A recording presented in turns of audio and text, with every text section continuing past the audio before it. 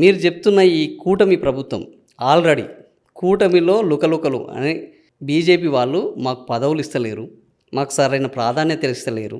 చంద్రబాబు నాయుడు గారి నాయకత్వంలో బీజేపీ వాళ్ళు ఒక సెకండ్ గ్రేడ్ లీడర్స్గా తయారైపోయినాము. ఇంకా వీళ్ళతోటి ఇలాగే కొనసాగితే మా అస్తిత్వానికే ప్రమాదము అన్న పద్ధతిలో ఆల్రెడీ వాళ్ళు వాయిస్ రైజ్ చేయడం మొదలుపెట్టారు. ఎక్కడ లేదండి, అదంతా మామూలుగా ఉండే ఉండే ముచ్చటే కానీ పెద్దగా ఏం లేదు. కాకపోతే ఖచ్చితంగా కూటమి అంటేనే 3 పార్టీలు 2 పార్టీలు ఉంటాయి. ఖచ్చితంగా ఒక పార్టీకి ఇంకో పార్టీకి కొన్ని పదవుల మధ్యలో ఉంటాయి. ఎందుకంటే ఒట్టి తెలుగుదేశం పార్టీ ఒకటే ప్రభుత్వంలోకి వచ్చింది అనుకోండి, 10 పదవులు ఉంటే 10 పదవులు తెలుగుదేశం పార్టీ కార్యకర్తలకి ఇస్తాం. ఇప్పుడు ఆ 10 పదవుల్లో ఇప్పుడు 2 పార్టీలు ఉన్నారు కాబట్టి 6 తెలుగుదేశంకి ఇవ్వాలి, 3 జనసేనకి ఇవ్వాలి, 1 బీజేపీకి ఇవ్వాలి.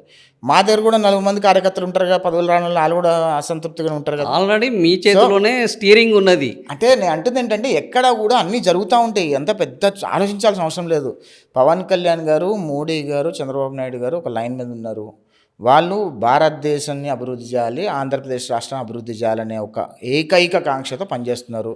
ఖచ్చితంగా పార్టీల మధ్యలో కార్యకర్తల మధ్యలో ఇవన్నీ ఉంటే బట్ అప్పర్ లీడర్షిప్లో కనుక ఎవ్రీథింగ్ ఈజ్ ఓకే. దానిలో పెద్ద డివియేషన్ ఏం లేదు.